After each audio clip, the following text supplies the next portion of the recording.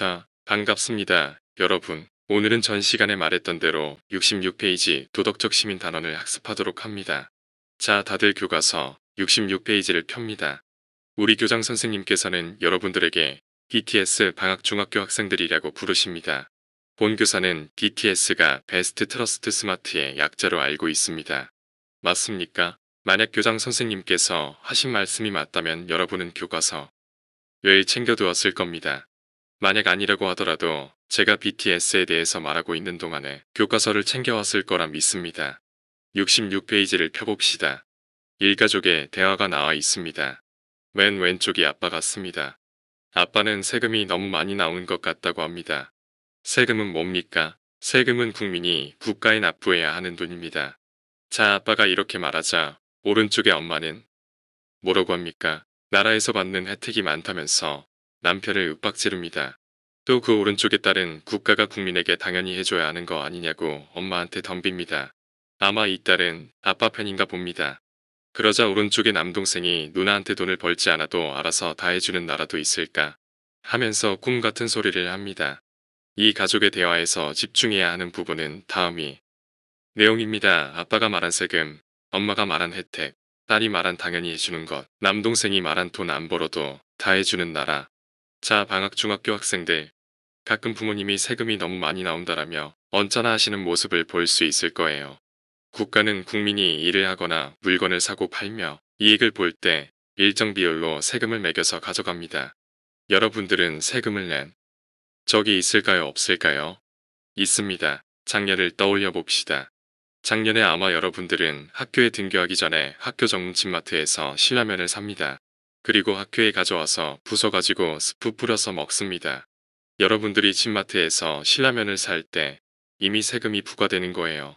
일을 해서 번 돈에서 세금을 내지는 않지만 물건을 구매할 때에도 세금이 추가된 가격으로 구매하게 되는 겁니다. 우리 방학 중학교 학생들도 세금이라는 것과 멀리 떨어져 있지 않습니다. 세금을 가져가면 그 돈으로 뭐 할까요? 대통령이 그 돈으로 라면 사 먹을까요? 아닙니다. 국민들을 위해서 사용해야만 합니다. 국민들을 위한 시설을 만들지 못하겠죠. 그러면 첫 번째 질문입니다. 국가는 국민에게서 받아간 돈을 어차피 국민을 위해서 사용하는데 그러면 국민에게서 세금을 걷지 말고 그냥 자신들에게 도움이 되도록 쓰게 하지 왜 굳이 걷어가는 걸까요? 곰곰이 생각해서 수업 끝나고 과제 작성해서 제출하도록 하세요. 자, 이번에는 67페이지를 보겠습니다. 그림이 나오죠. 그림의 제목은 평등과 정의의 차이예요. 찾았나요? 여기서 나오는 평등과 정의는 도덕에서 매우 중요한 단어예요.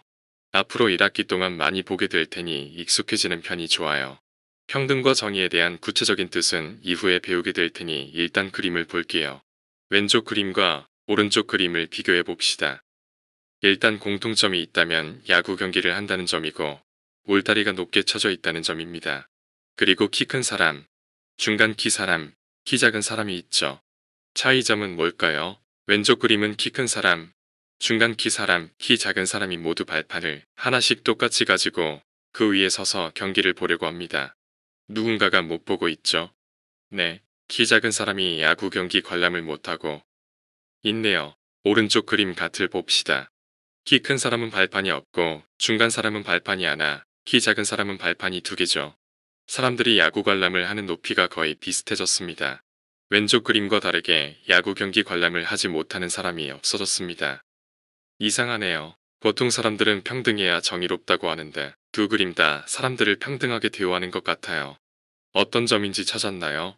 왼쪽 그림은 사람들이 모두 발판을 한 개씩 평등하게 받았죠.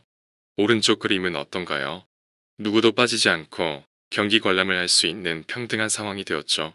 그러면 왼쪽과 오른쪽 그림 중 어떤 면이 더 평등하고 더 정의로운 모습이라고 할 수 있을까요? 정답을 고르려고 하지 말고 어떤 그림이 더 평등한지에 대한 이유를 생각하세요. 여러분은 왼쪽과 오른쪽 중 어떤 그림도 고를 수 있어요. 중요한 것은 그에 대한 이유를 생각해내는 힘이에요.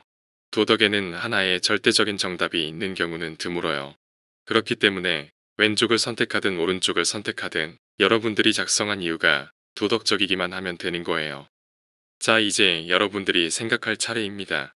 교과서 67페이지의 그림 밑에 나오는 질문 1, 2번을 모두 해보세요. 오늘의 과제는 이거예요. 자, 선생님이 66페이지 설명할 때 내준 과제 기억하죠? 그 과제랑 67페이지 하단에 나온 두 가지 질문에 대한 대답을 과제로 작성해서 제출하도록 합니다. 오늘의 수업은 여기까지. 굿바이.